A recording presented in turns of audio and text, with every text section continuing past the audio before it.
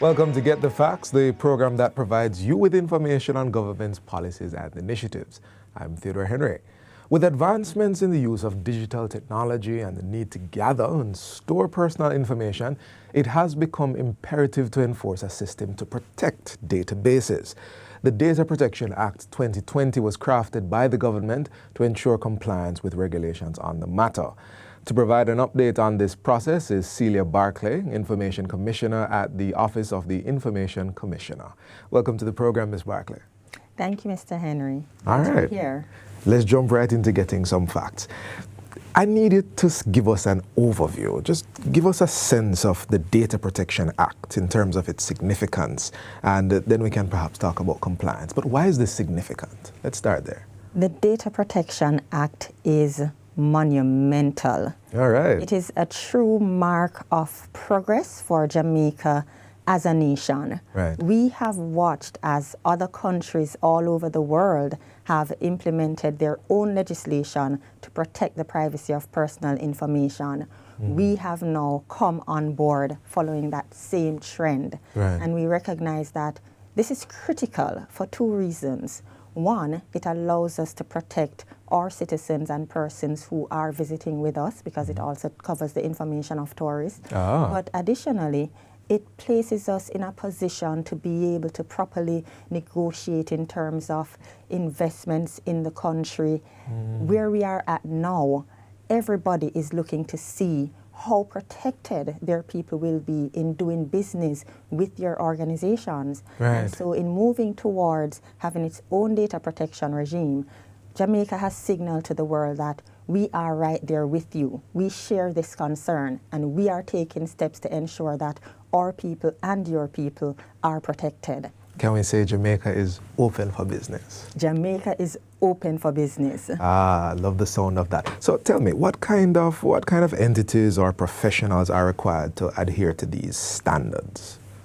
So essentially, the Act seeks to protect personal information that is collected for the purpose of doing business. Right. So any individual or corporate entity or even public authorities that are collecting persons' personal data for the purposes of offering a product or offering a service or monitoring the behavior of individuals in any way are considered data controllers and Right. are to be regulated by this Act. And so the Act calls upon them to register with the OIC. And, most times when people think data protection, they think just about, okay, you are an e-commerce entity, you have people's credit card on file, but your definition seems to go beyond that, once it's people's data. So the Act covers personal data and it defines it. Personal data is any information by which an individual can be specifically identified. Okay. And so it's not just your financial information. Right. It starts from the very basics, your name, your address, your phone number. You're using a computer, it includes your IP address, your TRN, your passport number. Okay. But then it also gets to things that are very unique to you. So when you talk about your DNA, your biometrics, or even certain personal characteristics, political affiliations, your association with organizations, whether religious or social, all these things which taken together, somebody can use to know that, okay, this is Mr. Henry. That's covered and protected by this Act. All right, and anyone who gathers either all this data or subsets of this data, this Act applies to them. If you're holding it and processing it for the purposes of offering a good or service or monitoring person's behavior. Right. Oh, okay. Wow. Now, tell me, the Act is in effect. Yes. So what happens now? What do people need to do now? I'm a data controller. All right. So we first brought certain sections in effect in 2021. Those were to allow for the setup of the Office of the Information Commissioner as a regulatory authority.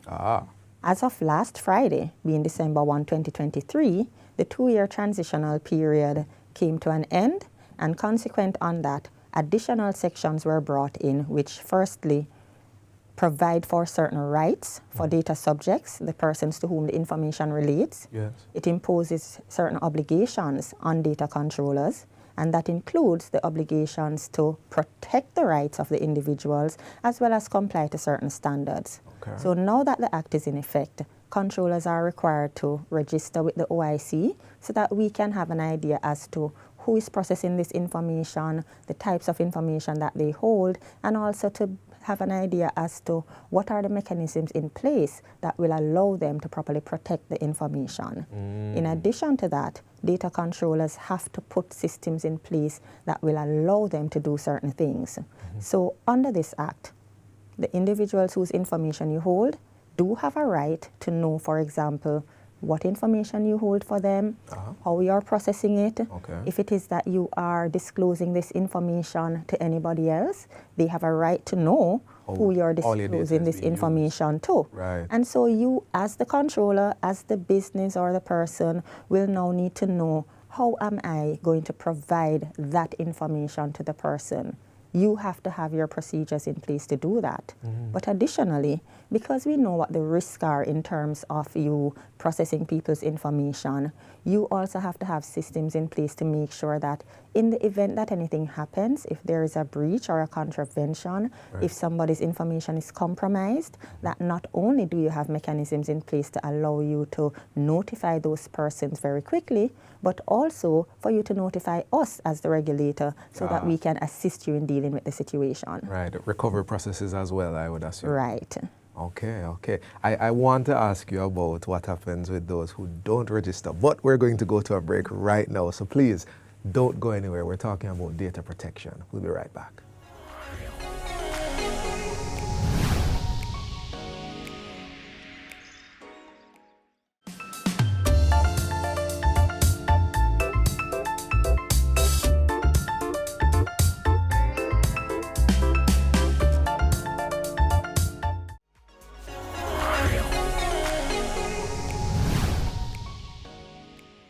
Welcome back to Get the Facts. We are discussing data protection and the measures being taken by the government to ensure all relevant parties become compliant with the Data Protection Act. The conversation continues with Information Commissioner at the Office of the Information Commissioner, Celia Barclay. Ms. Barclay, we were discussing what happens now that the Act is in effect, right? And we had spoken about registration. You had given us an excellent breakdown of what needs to be in place with data controllers. We are curious, though, if you don't register, what happens? Well, firstly, we would like to encourage registration. Registration is going to allow you, first of all, to be on our radar in terms of possible enforcement, but more than that, it allows us to know in terms of who is processing personal data. Right. And so where persons don't register, you have to recognize that this can come to our attention in various ways. So, for example, we are living in a society where citizens are increasingly vigilant. Even prior to this Act taking effect, we have had persons call in to say that I'm aware of this particular entity or that particular entity having my information and I have concerns. So it is best if persons come forward and register. If they don't, however, then once we are aware of the business operating, once we're aware of the data processing activities, then of course we will be reaching out to you to ensure that you step forward and come and register with the office. Understood. I am very curious, does the office provide any sort of support to data processors in terms of best practices or that sort of thing? So one of our roles as a regulatory authority is to provide guidance in terms of how persons can best comply with the Data Protection Act.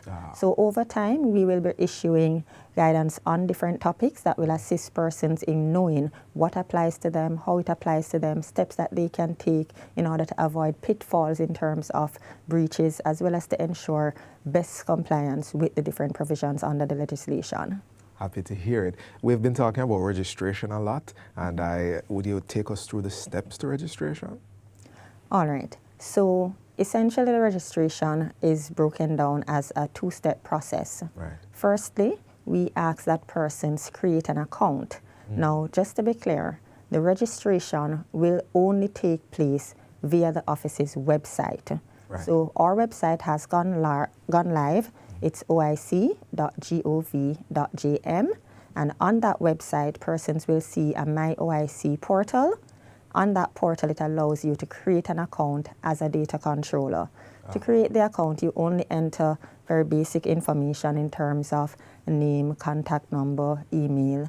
That will then give you access credentials that will take you to the registration form. Right. And in that form, individuals will be able to enter what is called in the Act their registration particulars.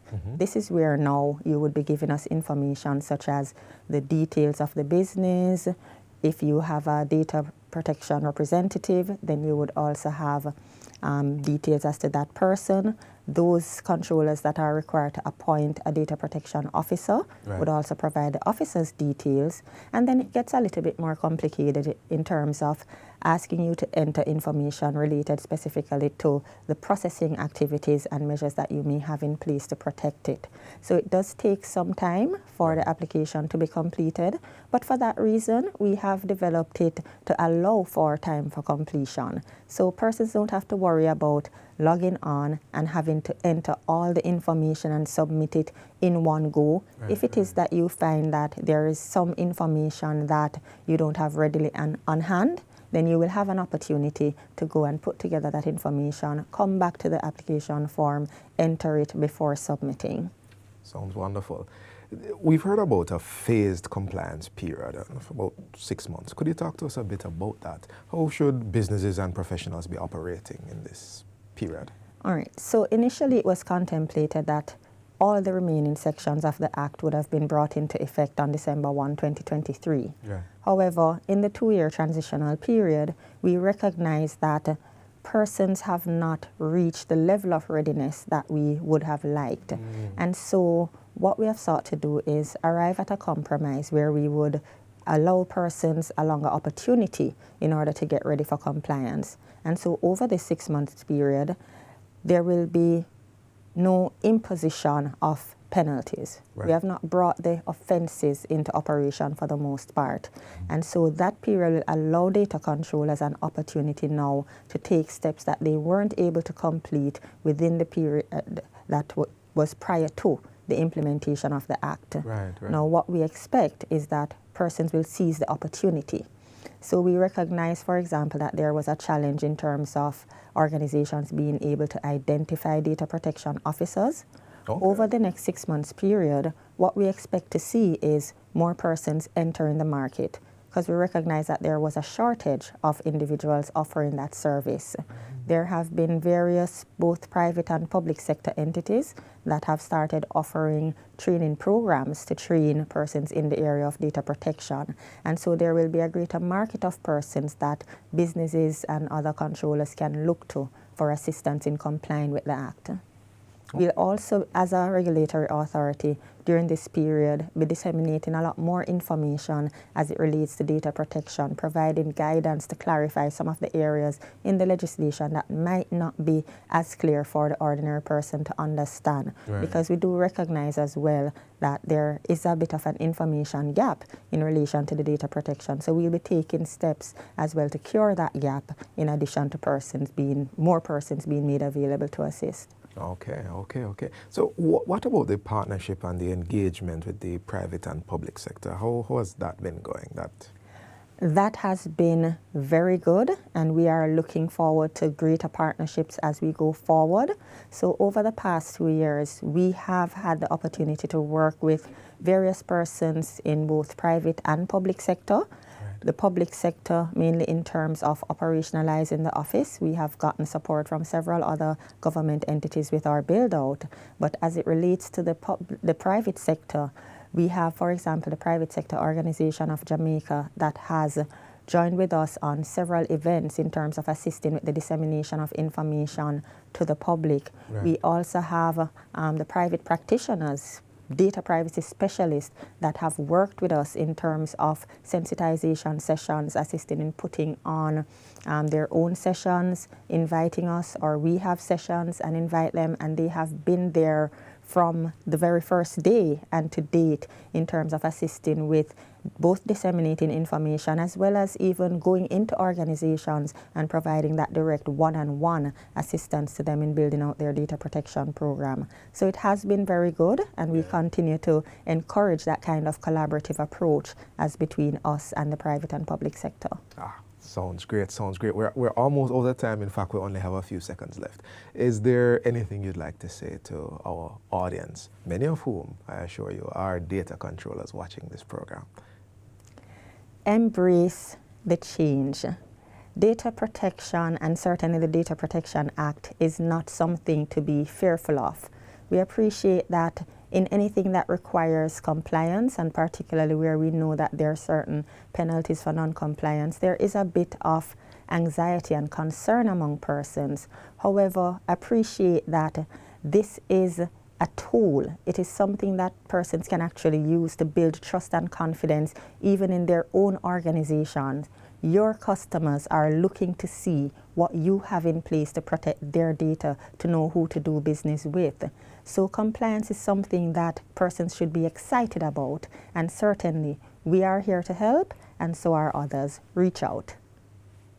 That's the word, reach out. We've been talking about data protection, and what a monumental moment this is in Jamaica's history. This has been Get the Facts, and our guest was Information Commissioner at the Office of the Information Commissioner, Celia Barclay. Thank you for watching, and until next time, I'm Theodore Henry. Take good care.